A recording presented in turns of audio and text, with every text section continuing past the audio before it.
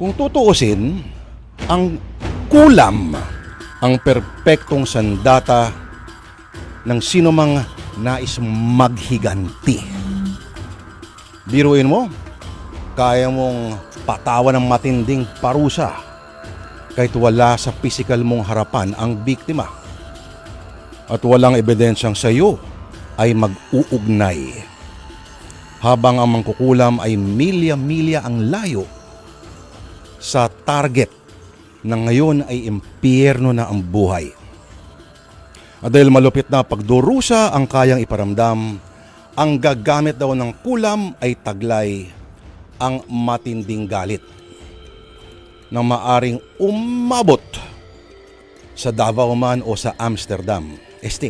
At sa ating kwento ngayong Biyernes ng Kababalaghan, mga kapatid, ang labis-labis na puot ay magmumula sa pusong nagdurugo. Kaya atin na pong simulan sa Sana Lord ang isang kwentong sinulat ni Ginoong Orly Aquino na pinamagatang Sobra sa Galit, Kulam sa Pag-ibig.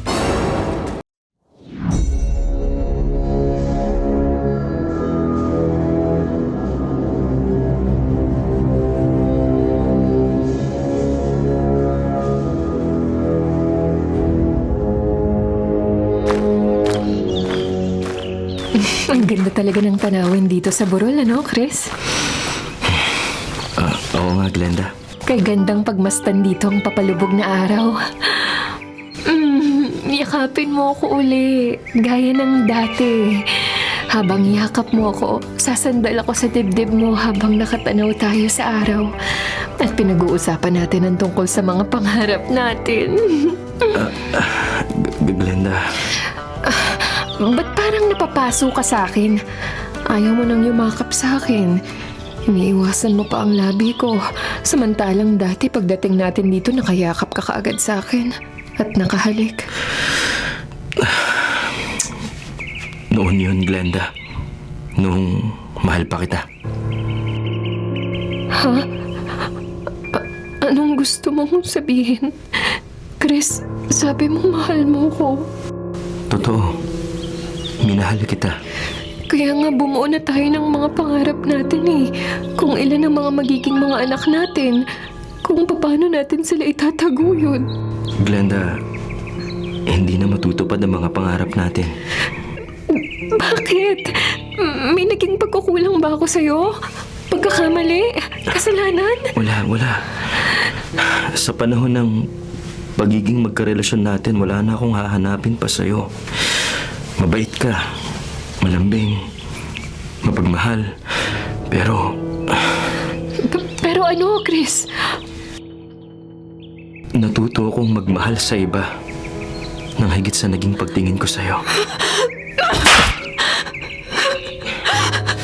Nang manligaw ka sa akin, halos ipangako mo ang langit at lupa. Kaya nagtiwala ako sa'yo. Umasa na magiging tapat ka sa pangako mo. Kaya minahal kita ng higit pa sa buhay ko. Alam ko, nagkamali ako. Ipinagmalaki pa naman kita kahit kanino. Sabi ko maswerte ako. Mabait yung minahal ko. Maalalahanin, responsable. Nasa'yo na ang lahat ng katangiang hinahanap ko sa lalaking pangarap kong makasama habang buhay. Kaya di pa man, marami na akong plinano para sa ating magiging kasal. Hindi na matutuloy ang kasal natin, Glenda. Higit ang magiging pagkakamali ko pag pinakasalan kita gayong may iba akong mahal.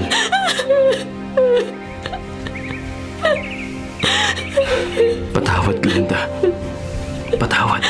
Hindi ako papayag na matapos ang lahat sa atin. Glenda, Layuan mo ang ibang babaeng ipagpapalit mo sa akin, Chris. hindi ko magagawa yan. May dapat na akong panagutan sa kanya. Hindi ko kayang mawala ka sa buhay ko. Hindi ko kaya. Nakapag-desisyon na ako, Glenda. Ito na ang huli nating pagkikita. Kaya pakiusap, bitiwan mo na ako. Paalam, Glenda. Chris, nakikiusap ako.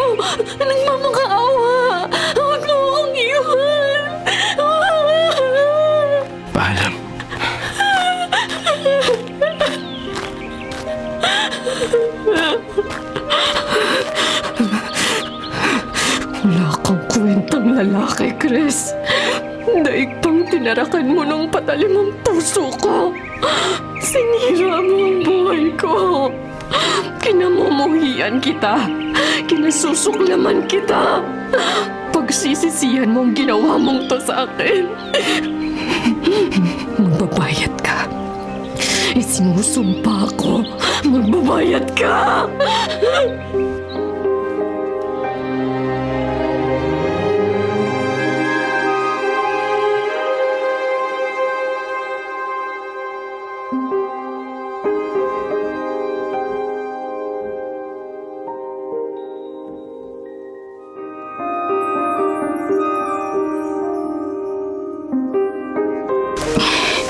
Chris, nag-aalala ako.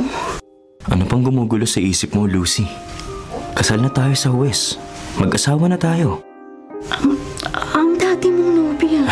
Tapos na ang lahat sa amin ni Glenda.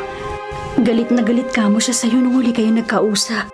Mapapatawad din niya ako. At matatanggap rin niya ang pagkawala ako sa buhay niya. Sana nga. Kaya ipanatag mo na ang loob mo, ha? Chris, kung ako ang nasa katayuan ni Glenda, kahit nasaktan ako ng todo-todo, sisikapin ko maging maunawain at mapagpatawad. Pero hindi pare-parehong ugali ng tao. Lucy, tayo talaga siguro ang magkapalad. Kaya nagkakilala tayo nang lumipat kayo ng inay mo sa lugar na ito. Chris, hindi kaya gantihan ka ng dati mong nobya?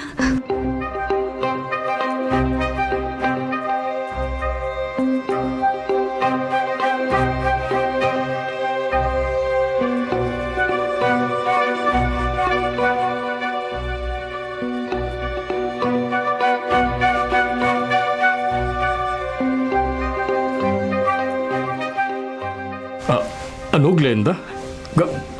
Gaganti ka? Oo, Itay.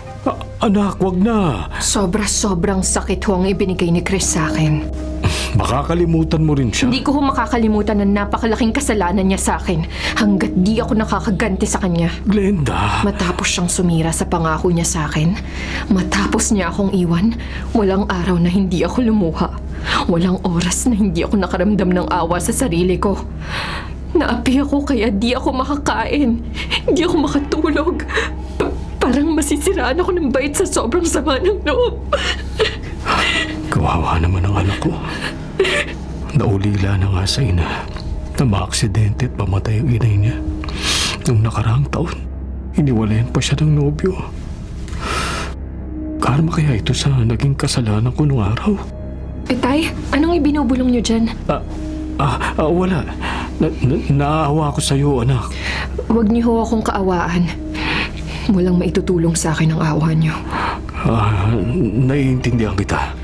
Huwag lang ho kayong kukontra sa plano ko para di kayo madamay sa galit ko. Wala kang magiging problema sa akin. Gaya mo, masama na rin ang loob ko kay Chris sa ginawa niya sa'yo. Pero anong plano mo, Glenda? Paano ka gaganti kay Chris? Paano?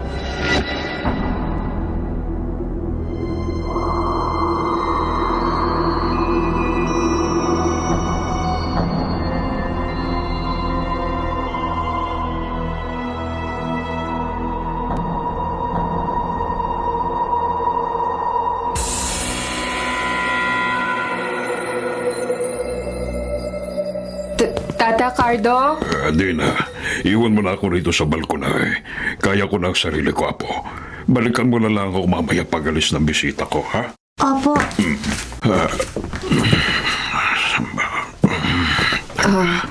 Kumakapa-kapa pa kayo sa pag-upo sa silya. Bulag po ba kayo, Tata Cardo? Oo. Bago ako tumuntong sa edad 70, lumabo na ang mga mata ko eh. Hanggang tuluyan na akong hindi nakakita. Ilang buwan na akong walang paningin. Kaya nagpapaakay na lang ako sa apo ko na siyang tanging kasama ko rito sa bahay ko. Hindi niyo ho nagamot ang sarili ninyo. May hangganan ng karunungan ng tao. Tata Cardo, nabalitaan ko hong mahusay kayong... Nakapanggagamot ako. nangkukulam daw ho kayo. Dati. Kaya ho ako naparito. Magpapaturo sana ako sa inyo ng dati niyong trabaho. Huwag ho kayong umiling. Handa akong magbayad sa inyo ng malaki. Turuan niyo lang ako ng kulam, ng pangkukulam.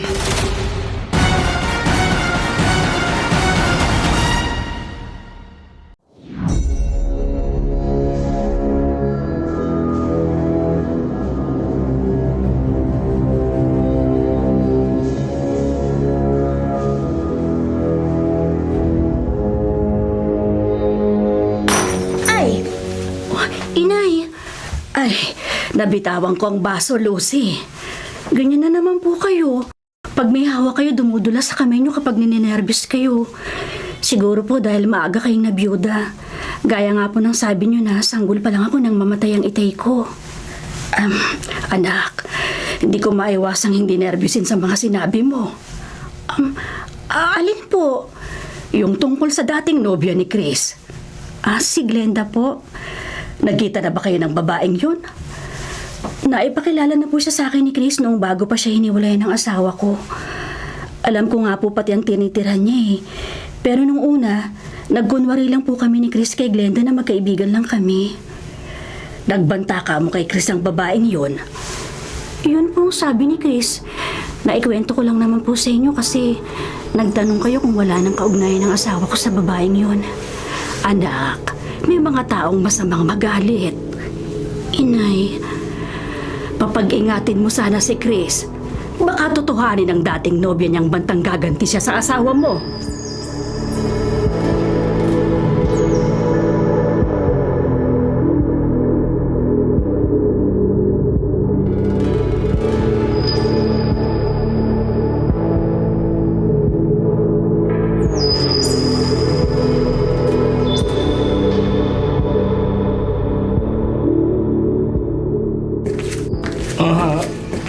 Glenda, aanin mo ang karayom na yan. Itay, nabanggit ko na ho sa inyo ang plano ko. Oo, nabanggit mo nga sa akin na nagpaturo ka ng pangkukulam. Gagawin ko lang ho ang natutunan ko. Laban kay Chris. Di kita kukontrahin dahil ayokong magkaroon pa tayo ng pagtatalo. Kahit naman ho tumutol kayo, hindi nyo na ako mapipigilan sa gagawin ko. Ang alam ko, ang naririnig ko, sa pagkulam, kailangan ng karayom at manikang basahan. Hindi na ho, Itay. Ayon ho sa itinuro sa akin ni Tata Cardo, Sa makabagong pamamaraan ng pangkulam, hindi mo nakakailanganin ng manikang basahan. Mag-ipon ka lamang sa iyong isip ng ngit-ngit, pagkamuhi at paghahangad na mapinsalang iyong pinagtutuunan ng buo. Sapat na yun. At pag halos sumamog na ang utak mo sa konsentrasyon, ituon mo ang lahat mong galit sa iyong bibiktimahin. ganoon ho ang itinuro sa akin ng mangkukulam. Di ko na ho kailangang isaksak ang karayom sa manikang basahan na replika ng katawan ng aking kukulamin. Glenda, Tumahimik na ho kayo, Itay. At mag-iipon na ho ako sa aking isip ng galit, pagkamuhi, at paghahangad na pinsalain si Chris. Ngayong halos sumabog na ang utak ko sa matinding ngit-ngit sa kanya. Isasaksak ko na ng paulit-ulit ang hawak kong karayom sa ere habang nasa utak ko ang matinding puot kay Chris. Isasaksak ko ang karayom sa hangin ng ganito.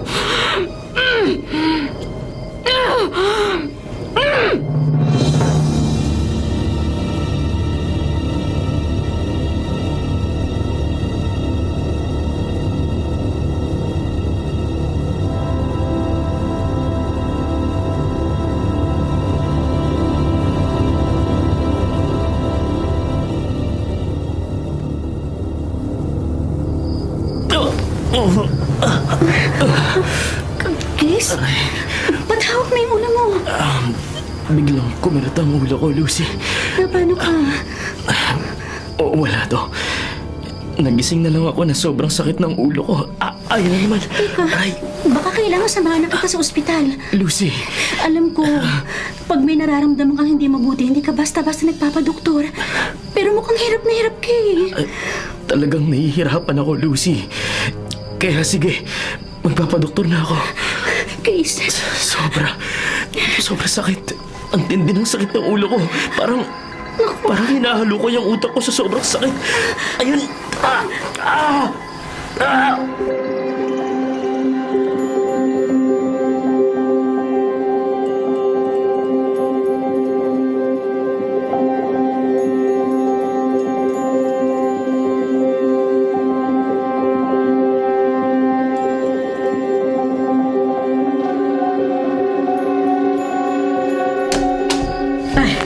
Lucy, kumusta na si Chris? Nakahiga po siya, inay. Pero hindi siya makatulog eh. Sumasakit pa ba ang ulo niya? Opo. Kahit nasamahan mo na siya kanina sa ospital at napadoktor? Opo, inay. Nakainom na rin po siya ng gamot na nireseta ng doktor. Pero parang baliwala lang po eh. Lucy. Kaya nga po, lumabas muna ako sa kwarto namin para magdasal sandali sa altar sa sala. O sige anak. Mabuti po inigising pa kayo. Masasamahan niyo ko. Halika Lucy. Ipagdasal na natin ang asawa mo. Natatakot na rin ako.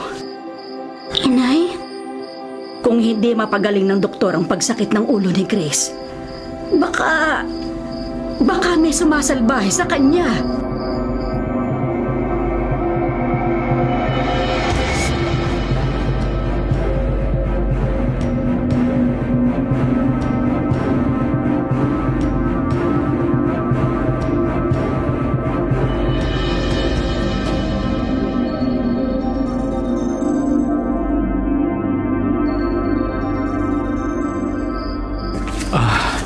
Glenda, anin mo yung latigo na pinabili mo sa akin. Itay, wag na kayong magtatanong. Basta sundin nyo na lang ang lahat ng iuutos ko sa inyo. Ito ang lata na may lamang mga bubog na pinakuha mo sa akin. Yan. Okay na ho yan. Ba't pinapahira mo ang latigo ng mga bubog?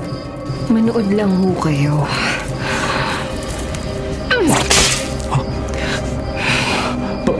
Ba't hinahagupit mo sa hangin ang latigong may bubog? Lahat ho ng pahirap gagawin ko kay Chris. Glenda, Gagamitin ko ho ang lahat ng natutuhan ko sa kulam. Pahihirapan ko si Chris ng todo sa paulit-ulit kong paghagupit ng latigong may bubog sa hangin. Nang ganito!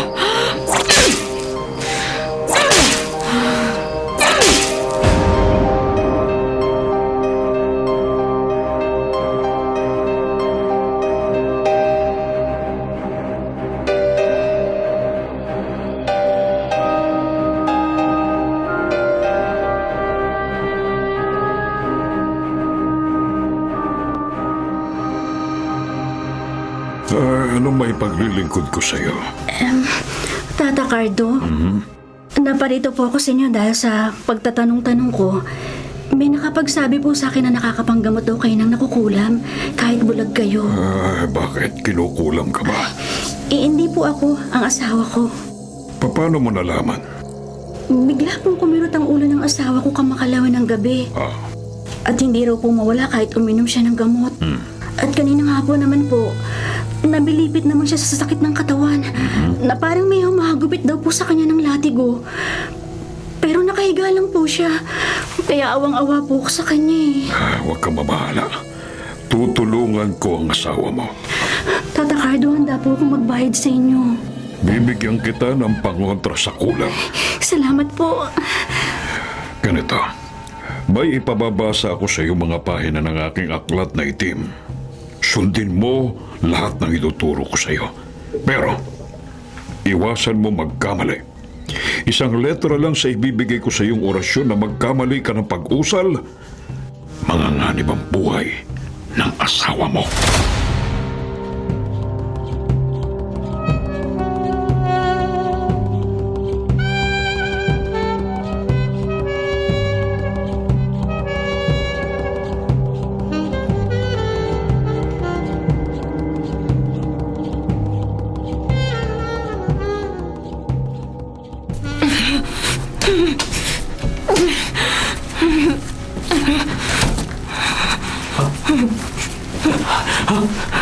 Glenda, Itay, ilagay niyo na sa kusina ang mga pinabili ko sa inyo sa palengke. Ba't ka naglalakad ng patiwari? Isa ho to sa kakayahan ko bilang isang mangkukulam. Hindi ka ba nahihirapan? Hindi ho. Glenda, Kailangan ko hong gawin ito, Itay. Nararamdaman ko ho, may kumukontra sa ginagawa kong pangkukulam kay Chris. pero anak, ikaw rin ang inaalala ko. Baka kung ano mangyari sa'yo. Kaya ko hong pangatawan ng lahat ng ginagawa ko. Kahit mahirap at peligroso, gagawin ko ho. Maipagpatuloy ko lang ang pagpapahirap kay Chris sa kulam. Glenda, ba't naglabas ka na naman ng karayom? Matapos ho akong magsasagawa ng ritual, isasaksak ko ho sa ereyang karayom na to at ihahalukay ko na parang nasa loob ng sugat. Tignan ko lang ho kung matagalan ni Chris ang gagawin kong pagpapahirap sa kanya.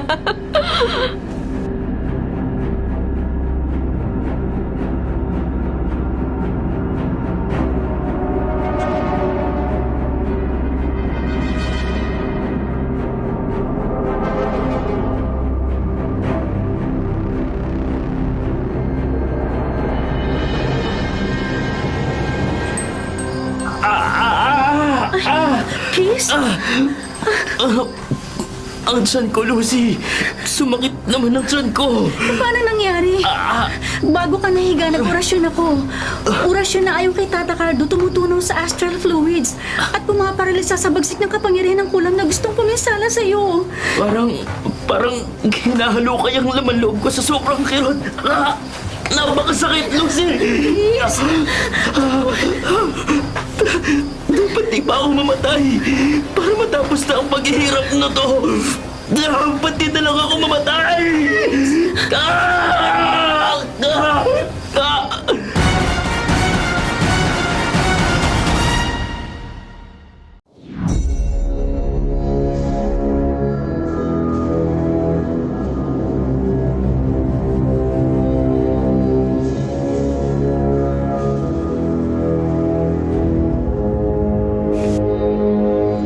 Inay, bantayan niyo po muna si Chris. O saan ka pupunta, Lucy? Babalik po ko kay Tata Cardo. Parang wala namang pagbabago kay Chris, anak. Iyon nga din po hindi ko maintindihan, inay. Sinunod ka naman po ang lahat ng bili ng bulag na albularyo. Ang ritual, ang orasyon. Pero nahihirapan pa rin yung asawa ko. Ba't babalik ka pa sa albularyong yun? Baka kailangan ko pong lakihan yung bayad ko sa kanya. Lucy, Nay, hindi bali pong maubos ang ipon namin ni Chris. Gumaling lang ang asawa ko. Hindi naman kaya pinipirahan ka lang ng Tata Cardo na yon. Magbabaka sakali po ko, inay. Hindi ko pwedeng panuorin na lang yung paghihirap ng asawa ko. Anak, Nay, gumaling lang po si Chris, gagawin ko ang lahat. Gagawin ko po kahit mahirap at delikado.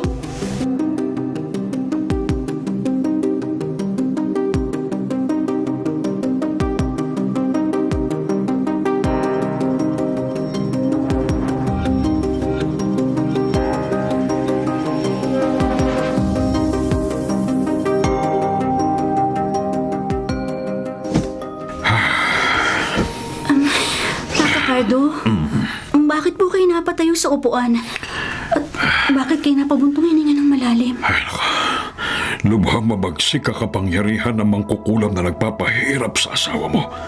Hindi gaya ng pangontra binigay ko sa'yo. Paano po?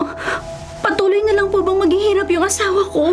May paraan para masawata ang kapangyarihan ng mangkukulam na nagpapahirap sa kanya. Paano po? Kapangyarihan laban sa kapangyarihan. Tata Cardo? Pero hindi ko na kaya. Wala na akong mga paningin. Kung meron lang sana maglalakas ng loob na kumalaban sa nagpapahirap sa asawa mo, ay baka... Ako po, Tata Cardo. Ha? Ikaw? Opo, turuan niyo po ako. At mag-aaral po ako ng witchcraft bago mapatay si Chris ng kumukulam sa kanya. Lalabanan ko po yung nagpapahirap sa asawa ko. Kulam laban sa kulam.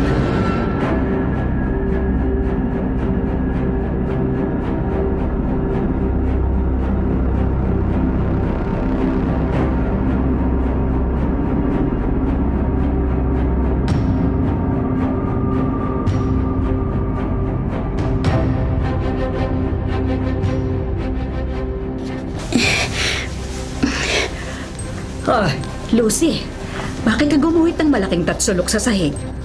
Nay, ito raw ba yung tinatawag na defensive circle? Defensive circle? Papaloob po kami rito ni Chris, Inay, at magsasagawa ko ng itim na magic.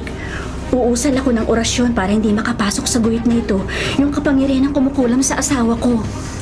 Anak, sunod-sunuran ka sa anumang sabihin sa'yo ng Tata Cardo na yon. Nay, kailangan po para sa kaligtasan ng asawa ko. O sana nga hindi ka piniperahan lang ng matandang bulag na yon. Habang nasa loob po ng tatsulok na guhit kami mag-asawa, Inay, magdasal po kayo. Oo, anak. Para masigurado po natin ang kaligtasan ni Chris, bukod sa black magic, Nay, kailangan din po natin ng tulong ng Diyos.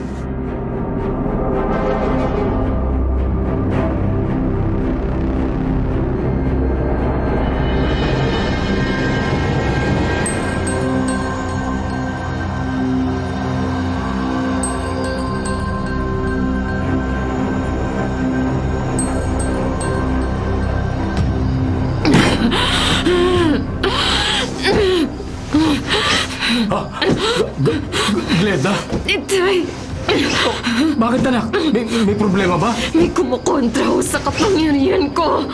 Sino? Hindi ko alam.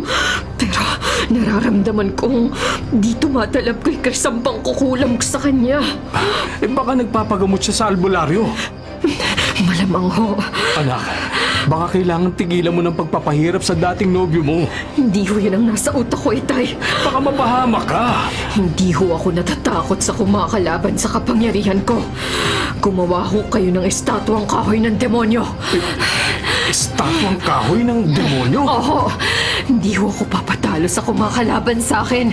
Sisiguruhin kong tatalunin ko ang kapangyarihan niya. Hihingi ako ng tulong sa Diablo.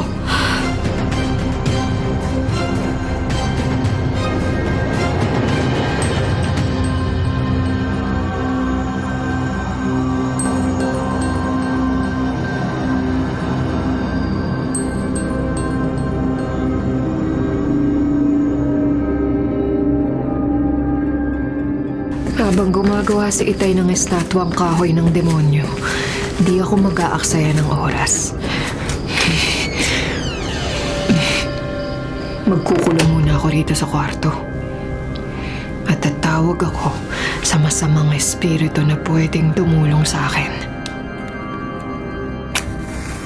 Ngayong nakapagsindi na ako ng nakatirik na kandilang itim, magsasagawa na ako ng orasyon para tumawag sa masamang espiritu. Sa masamang espiritong tutulong sa akin sa paglaban sa aking kaaway. Shalu, shalu, shalu, shalu.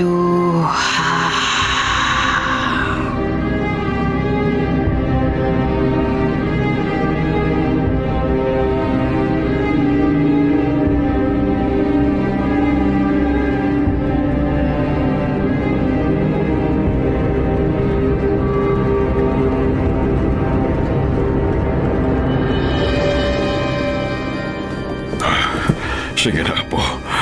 Iwan mo na ako. Opo. Tata Cardo, Hoy, bakit ka nagbalik? malaking tulong po sa asawa ko yung defensive circle na naituro niyo sa akin. Magdamag siyang hindi nahirapan at nakatulog po siya ng mahimbing. Ay, mabuti naman kung gano'n. Kaya lang po, hindi pwedeng habang panahon na lang na nakapaloob ang asawa ko sa loob ng tatsulok na guhit sa sahig na inorasyonan ko. Nais mong magbalik sa normal ang kanyang buhay? Kung pwede po. Mangyayari yun. Kung ganap mong madadaig ang kapangyarihan ng mangkukulam na nagpapahirap sa asawa mo. Tata Cardo, Hanggat hindi mo siya ganap na nadadaig, walang katiyakang hindi na niya pipinsalain ang asawa mo, pati ikaw. pati po ako? Oo, kaya mag-iingat ka. Tiyak na naramdaman na namang kukulam ang pagkalaban mo sa kanyang kapangyarihan. Kaya malamang kikilos siya upang pahirapan ka. O baka naman patayin ka sa kulam.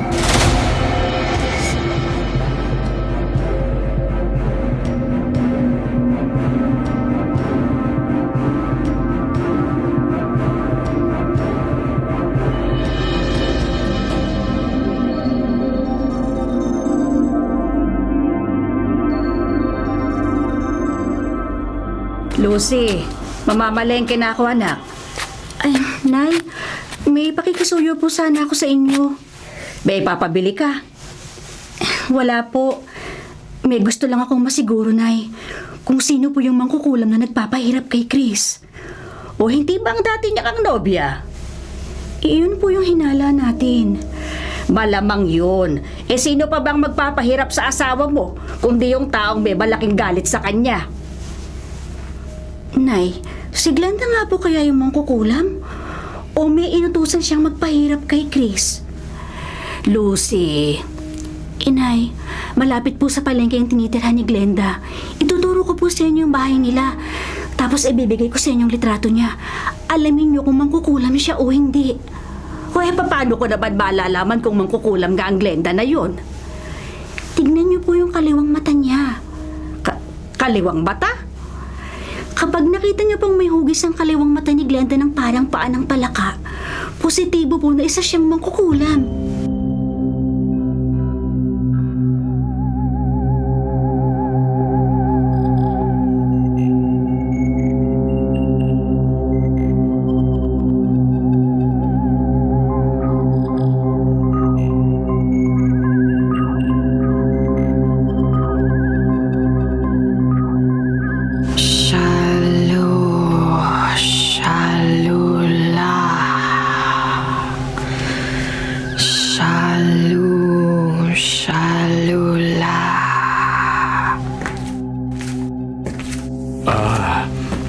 Glenda, anak. Tapos na ba ang ginagawa mong ritual? Hindi pa ho, Itay. Pasensya na, anak, ha. Alam kong ayaw mong abalayan kita sa mga ginagawa mo. Pero ba't umalik ka pa sa paa ng estatwang kahoy ng demonyo? Bilang tanda ho ng pagpapasakop ko sa kanya. Ay, nako. Akong kinikilabutan sa ginagawa mo, eh. At para tulungan niya ako sa pangkukulam. Anak, ba't hinahagop mo ang latigong yan sa katawan mo? Ha? Kailangan gawin ko ito para magpakita at makipag-usap sa akin ang demonyo. Glenda! Anak! Glenda! Tumahimik kayo, Itay. May demonyo na kong lumilitaw sa tabi ko. Wala akong nakikita, anak. Ako lang ho ang nakakakita sa kanya. Kakausapin ko siya. Hihingi na ako ng tulong sa demonyo.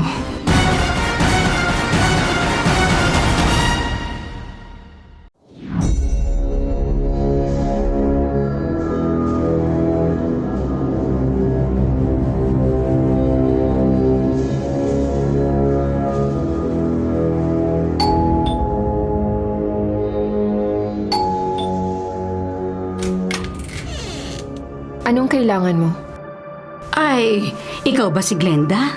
Ako nga, bakit? Ay, naghahanap kasi ako ng bahay paupahan.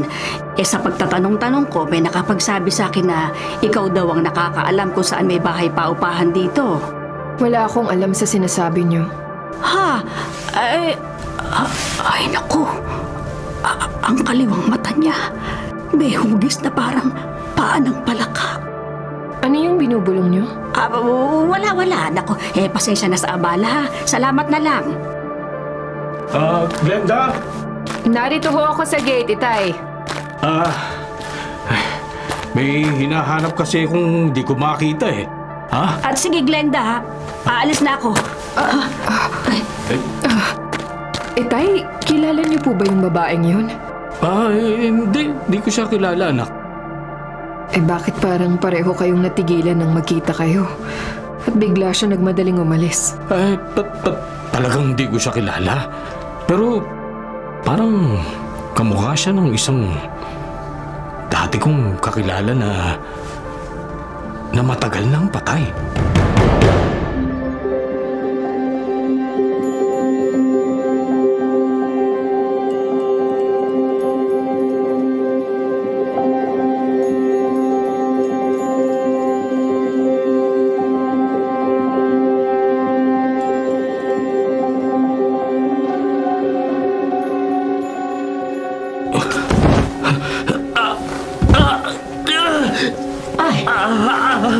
Chris?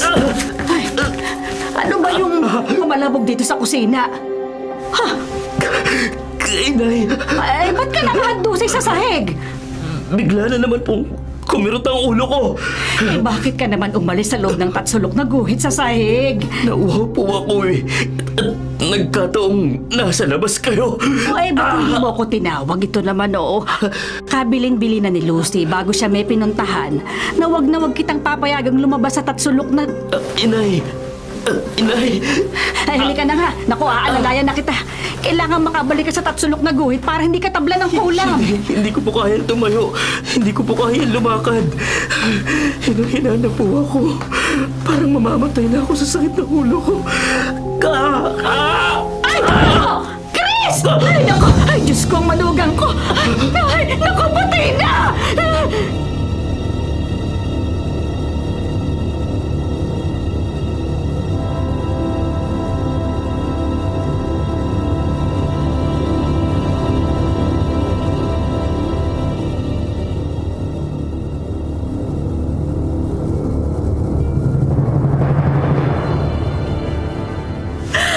Ay, Diyos ko. Inay, uminahan po kayo. Lucy, patay na ang asawa mo. Yan din pong inakala ko kaya nagmadali akong umuwi nang tawagan niyo ko. Eh, anak, bumulagta siya at hindi na siya huminga. Nay, buhay pa po si Chris. Ha?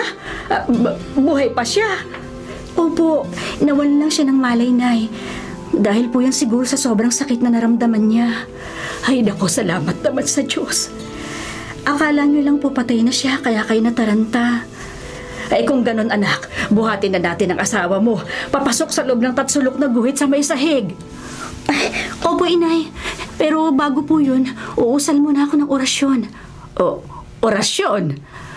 Orasyong tumutunaw po sa astral fluids at pumaparalisa sa kapangyarihang naghahatid ng mapaminsalang kulam. Ay naku anak, hindi ko nauunawaan yung mga sinasabi mo. Kami lang pong marunong ng witchcraft ang nakakaintindi noon, Inay. Ay siya, sige. Gawin mo lahat ng inaakala mong makakabuti sa asawa mo para sa kanyang kaligtasan. Opo, Inay. Mag-oorasyon na po ako. Shula, lala, luha, shula, lala, luha.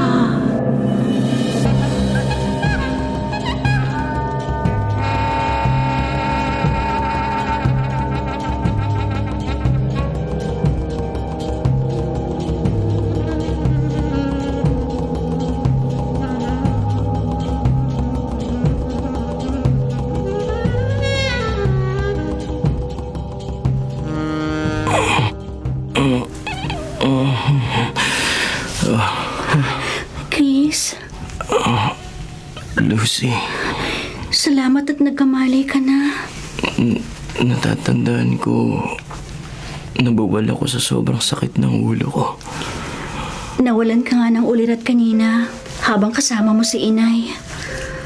Buti hindi na umulit ang pagsakit ng ulo ko. Eh, nagsagawa na kasi ako ng orasyon. At nakapaloob ka na rito sa tatsulok na guhit sa sahig. Kaya hindi ka na mapapahirapan ng kumukulap sa'yo. Hindi na. Lucy, Awang-awa na ako sa'yo, Chris.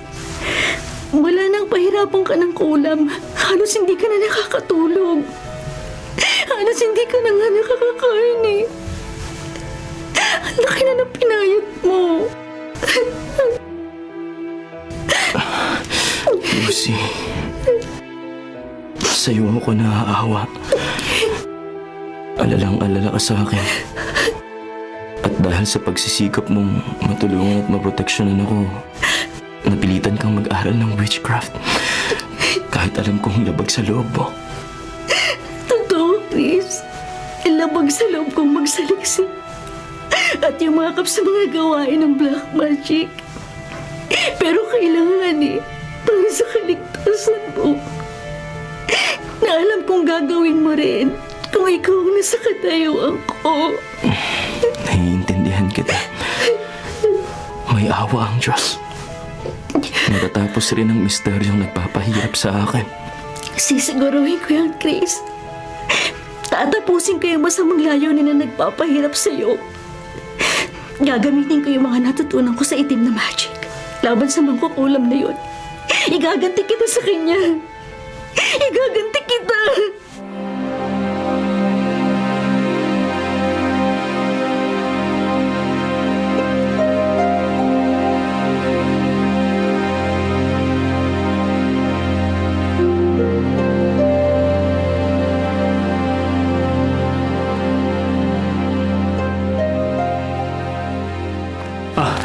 Glenda, anak.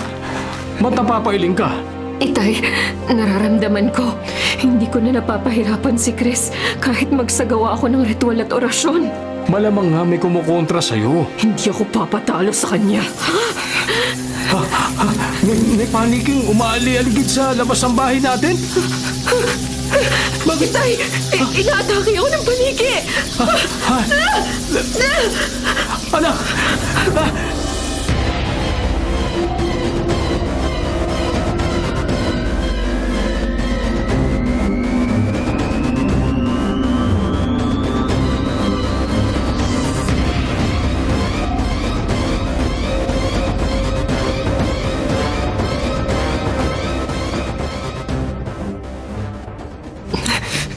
Tata Cardo, Hoy, teka, nabobosesan kita. Ikaw ba si Glenda? Tama? oo, ako nga ho. Ay, kumusta? Nagamit mo ba yung karunungang itinuro ko sa'yo? Ginamit ko ho. Oh, nakaganti ka na dun sa taong gusto mo pagigantihan? Hindi pa ho. Hindi pa? May kumukontra ho sa kapangyarihan ko. May ibang tao kasing nakababatid ng mga karunungang itim.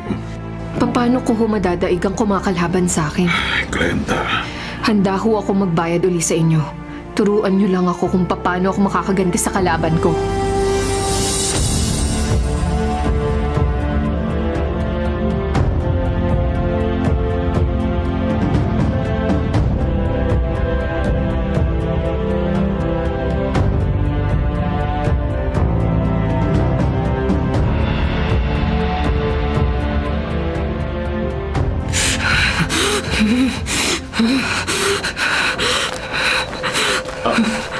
Glenda, anak! Huwag niyo akong abalahin, Itay.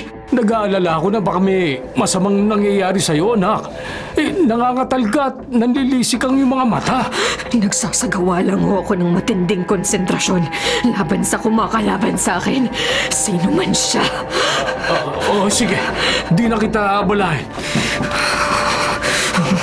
Sino ka mang kumukontra sa kapangyarihan ko, itutuon ko sa iyo ang aking matinding galit, puot at paghahangad na mapinsala ka. Kaya saan ka man naroroon, matitikman mo ang pagsik ng kapangyarihan ko.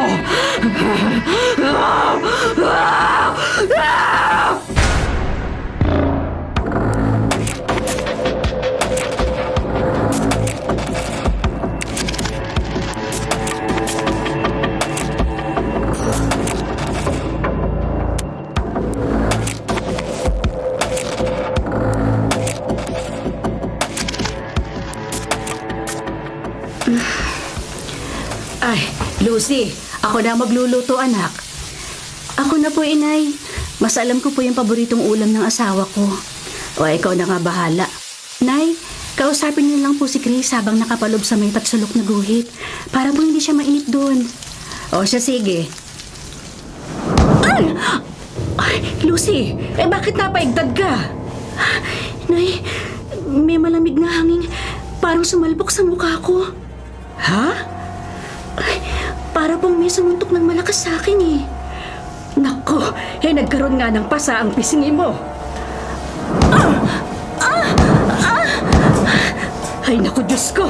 Ano nangyayari sa anak ko? Lucy! Lucy!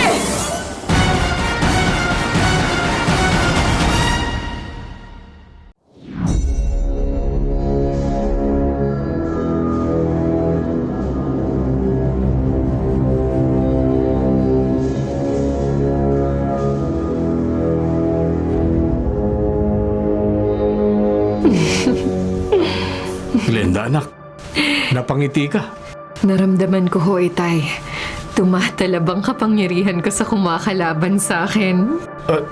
Napapahirapan mo ang kalaban mo kahit di mo siya kilala? Yun ho ang resulta ng pagtawag at paghingi ko ng tulong sa masasamang espiritu at demonyo. Anak, nag-aalala ako sa'yo. Huwag ho kayo mag-alala sa akin. Marunong ka ng black magic eh. Alam ko ho ang mga dapat kong gawin, Itay. Paano kung may karunungang itim rin ang kalaban mo? Di ho ako padadaig sa kanya. Glenda, anak. Sisiguruhin ko ho yan, Itay. Sino man ang mortal kong kaaway, di ko na patatagalin ang aming laban. Isasagawa ko na ang ultimatum. Ibubuhos ko na ang buong bagsik ng kapangyarihan ko laban sa kanya. Paano kung ganyan din ang balak gawin laban sa'yo ng kalaban mo? Unahan na lang ho kami. Matira ang matibay. Kapangyarihan sa kapangyarihan. Kulam sa kulam. Anak. Tumahimik na ho kayo, Itay. Oo, Glenda. Magsasagawa na ho ako ng matinding konsentrasyon laban sa kaaway ko. Iipunin ko ang lahat ng galit ko, pagkamuhi at paghahangad na mapatay ang kalaban ko. At pag naipon ko ang buong puwersa ng kapangyarihan ko, ipupukol ko na sa aking kaaway. Papatayin ko na siya!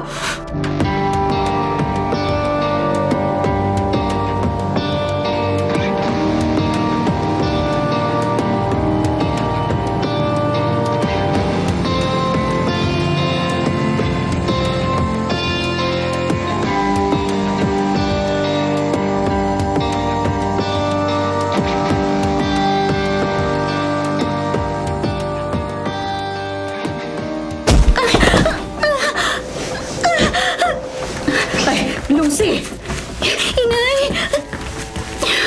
Ay naku, ba't muntik ka nang nabuwal? Nay, bigla pong kumirot ang ulo ko eh. Naku anak, baka kinukulam ka. Malamang nga po na akong target ni Glenda, Nay. Ay naku, Diyos ko. Nay, wag po kayong matakot. Bantayan niyo po si Chris. Siguraduhin niyong hindi siya lalabas sa loob ng tatsulok na guhit sa sahig. Pumaloob ka rin kaya sa tatsulok na guhit, anak, para hindi ka tablan ng kulam. Inay, hindi po ako papatakot kay Glenda. Hindi po ako papayag na habang panahon na lang ng pahirapan at perwisyon kaming mag-asawa. Tatapusin ko na yung kasamaan niya. Lucy? Gagamitin ko po ang buong pwersa ng natutunan ko sa witchcraft. Iipunin ko lahat ng aking galit, ang pagkamuhi at paghahangad na maminsala. Saka ko po itutuon yung kay Glenda. Anak.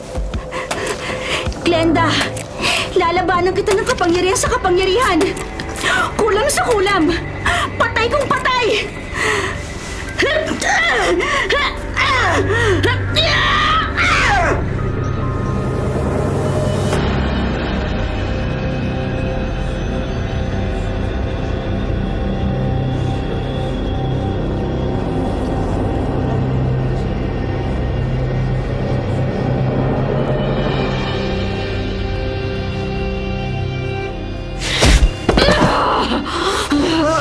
Glenda, anak.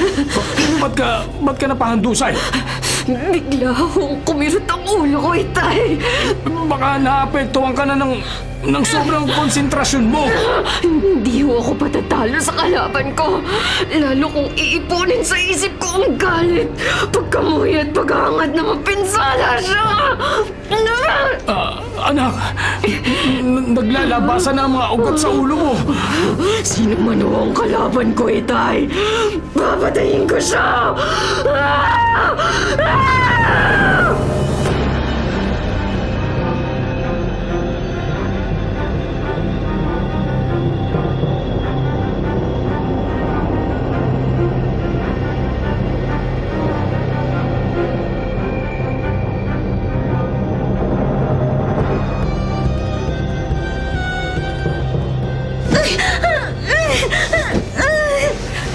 Lucy! Ay, ba't bigla mong hinawakan ang ulo mo, anak? At para kang namimilipit. Nay, biglang kumirot ang ulo ko. Baka naman dahil sa ginagawa mong konsentrasyon. Hindi ko po alam, inay. Anak, buti pa yata tigilan mo na yung ginagawa mo. Hindi maaari, inay. Mamamatay po akong lumalaban sa kapangyarihan ni Glenda. Pero Lucy, lalo ko pong iipunin sa aking isip ang galit, ang pagkamuhi at paghahangad na mapinsala siya.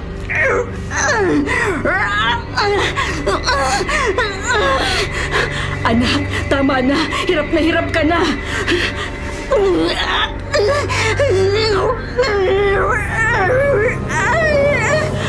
Anak, lumalabas na yung mga ugat sa ulo mo. Anak, may tugong lumalabas sa bibig mo at sa ilong mo.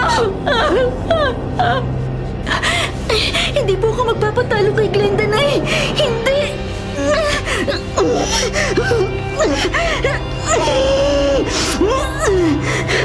Tama na, Lucy. Baka kung mapano ka na, anak. Tama na!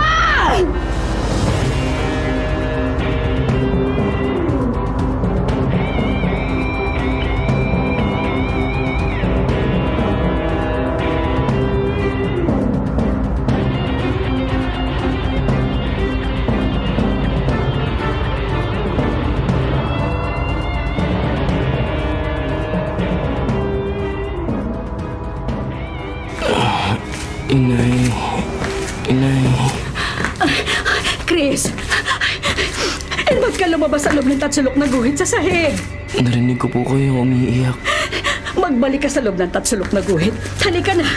Halika, bilisan mo. Sandali, huwag niyo po akong kalad ka rin. Baka tayo madapa. Anak, huwag kang lalabas ulit dito sa loob ng bilog na guhit, ha? Narinig mo naman ang bilin ni Lucy, hindi ba? Opo. Mahigpit niya akong pinagbawalang lumabas dito sa loob ng tinatawag niyang defensive circle. Ang tatsulok na guhit na inerasyon niya para di mapasok ng kapangyarihan ng kalaban. Ikaw rin ang inaalala ko. Kaya sumunod ka sa kanya para hindi ka na makulam. Pero Nay, nag-aalala po ako sa asawa ko. Pareho tayo, Chris. Awang-awa na ako kay Lucy. Alalang-alala na ako sa anak ko. Dahil sa papatinding konsentrasyon niya, naglilitawan na yung mga ugat sa kanyang ulo at nilalabasan na ng dugo ang kanyang ilong, ang bibig at tenga. Hirap na siya. Inay, pupunta po ako kay Glenda. Wag! Ako na! Makikiusap po ako sa kanya. Magmamakaawa. Kung kailangan lumuhod po ako sa harap niya, gagawin ko para hindi niya napahirapan pa si Lucy. Para wag niya nang idamay ang asawa ko sa matinding galit niya sa akin. Pupunta na po ako kay Glenda bago pa mahuli ang lahat. Bago pa niya mapatay si Lucy sa kulam.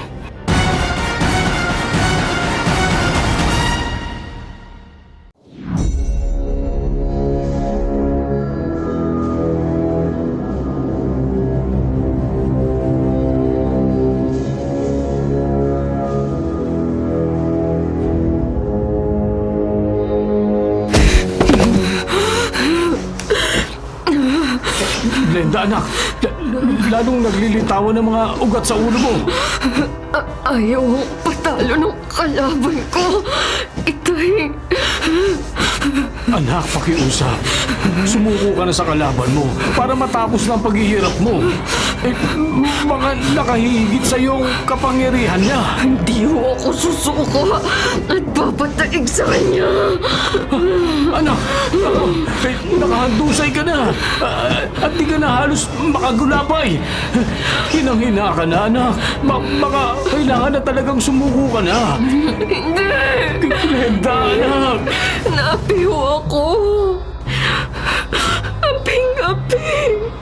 Kaya kailangan kong maghiganti. Mangyari na ang mangyari. Pero Glenda, sa ginagawa mong matinding konsentrasyon, lalong naglilitawan ang mga ugat sa ulo mo. At nilalabasan na ng dugo ang bibig mo, ang ilong mo at ang tenga mo. Pati na ang mga mata mo eh. Hindi ho ako patatalo. Anak, pakiusap. Pakiusap, tama na. Tigilan mo na ang ginagawa mo. Ha? Anak, anak. Glenda? Glenda! Glenda!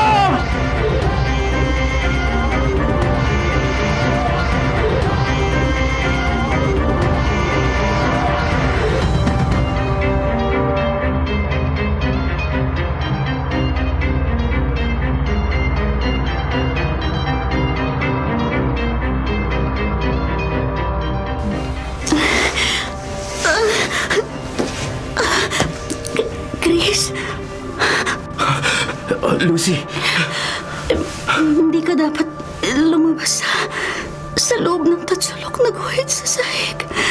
Lucy, hirap na hirap ka na. Hinang-hina ka na. Magbalik ka sa loob ng guhit. Para sa kaligtasan mo. Hirap na hirap ka na. Pero kapakanan ko pa rin ang inaalala mo. Mahal kita, Chris. Mahal din kita. Mahal na mahal kita. Kaya pikit mata akong yumakap sa kapangyarihan ng dilim para hindi ka mapahamak. Para mailigtas kita sa galit, sa kapangyarihan at paghihiganti ni Glenda.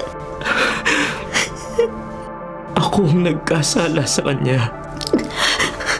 Ako ang dapat niyang pahirapan at gantihan. Ako. Hindi ikaw. Makapangyarihan si Glenda. Lubang mabagsik ang kapangyarihan niya sa kulam. Pero nadaig ko siya. Lucy. Chris, di ka na niya mapapahirapan pa. Tapos na yung pagkakalat niya ng lagim. Chris. Lucy. Lucy. Isusuwid kita sa ospital. Lucy. Lucy. Lucy, asawa ko. Lucy! Lucy!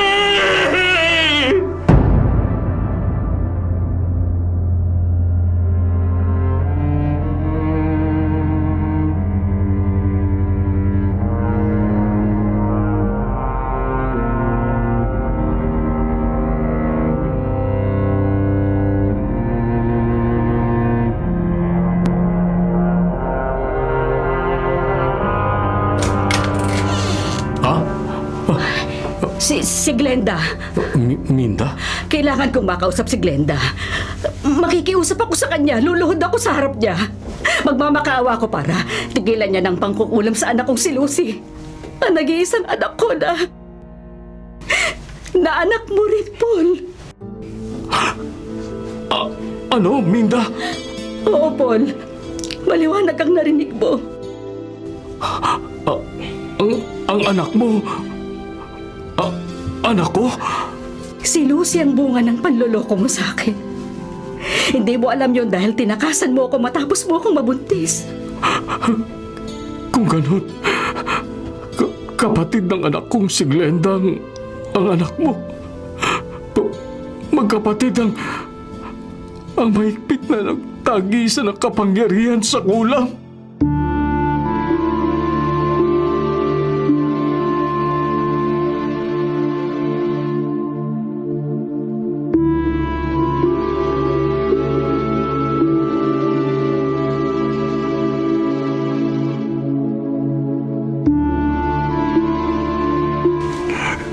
Hindi.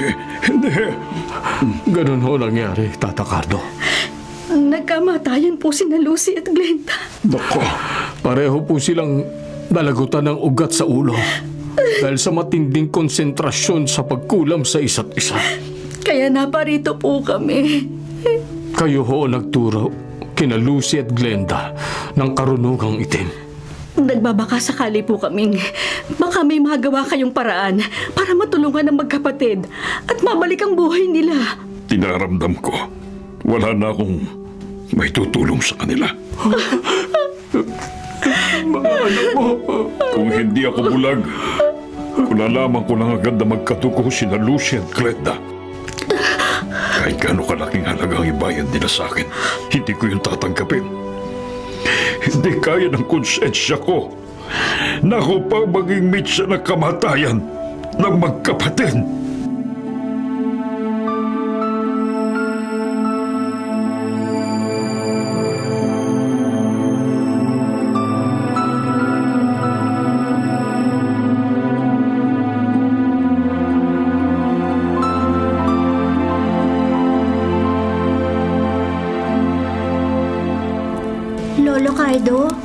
Bakit niyo po sinunog yung pinakaiingatan yung aklat na itim? Kailangan na po. Nararapat. Dapat lang na masunog at maglaho ang aklat na ito na kinasusulatan ng lahat ng mga ritual at mga orasyon ng karunungang itim. Upang hindi na maulit ang masaklap na sinapit na magkapatid na Lucy at Glenda. Upang wala na maging biktima pa ang lubhang mapaminsalang kulam.